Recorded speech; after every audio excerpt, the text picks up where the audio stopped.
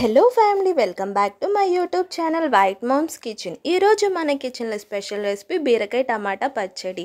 బీరకాయ పచ్చడి వీడియోలో చూపించినట్టు ఒక్కసారి ట్రై చేయండి. చాలా టేస్టీగా ఈజీగా ఎలా చేసుకోవాలో అయితే మీకు ఈ వీడియోలో చూపిస్తాను.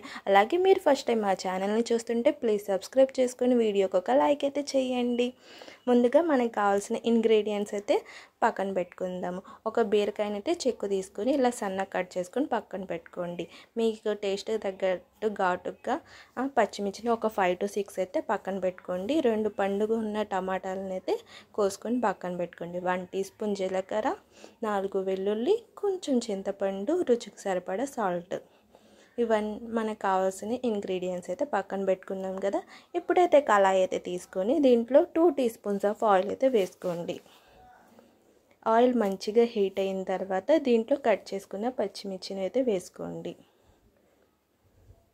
పచ్చడికి మనం కొంచెం పండుగ ఉన్న పచ్చిమిర్చిని వేస్తే బాగుంటుంది. పచ్చిమిర్చి కొంచెం ఫ్రై అయిన తర్వాత బీరకాయ ముక్కలు కూడా వేసుకోండి. దీన్ని ఒక 1 minute వరకు ఫ్రై చేసుకోండి.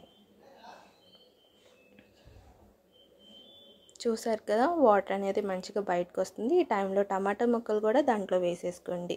మంచిగా పండుగ ఉన్న టమాటాలను అయితే తీసుకోండి. పచ్చడి టేస్ట్ బాగుంటుంది. మగ్గిపోయిన టమాటాలు. దీన్ని ఒక 5 to 6 minutes వరకు మూత పెట్టి మగ్గనివ్వండి. చూసారు కదా, వాటర్ ఎలా బయటకు వస్తుందో. ఈ వాటర్ అంతా ఇంకిపోయి టమాటాలు కూడా మంచిగా మగ్గిపోయే వరకు మూత పెట్టి ఉంచుకోండి. ఇన్ బిట్వీన్ ఒక్కోసారి మిక్స్ చేస్తూ ఉండండి. మీడియం ఫ్లేమ్లో పెట్టండి. చూసారు కదా, ఆయిల్ అంతా మంచిగా బయటకు వచ్చింది. ఒక 6 minutes తర్వాత ఇది టమాటాలు బీరకాయలు అంతా మంచిగా మగ్గిపోయినాయి. ఆయిల్ కూడా మంచిగా బయటికి తేలుతుంది. ఈ టైంలో మనం స్టవ్ అనేది ఆఫ్ చేసేసుకోండి.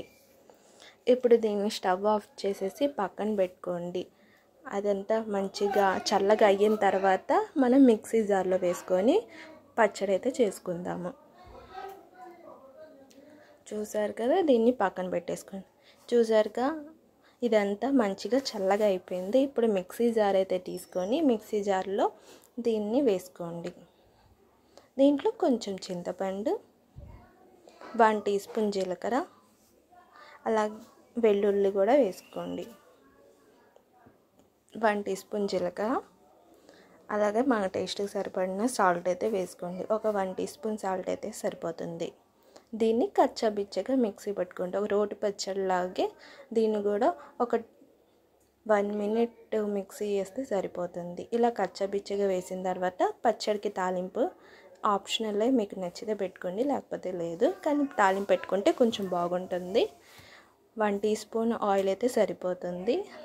దాంట్లో తాలింపులు జీలకర్ర, దంచుకున్న వెల్లుల్లి, 1 teaspoon ఇంగువ,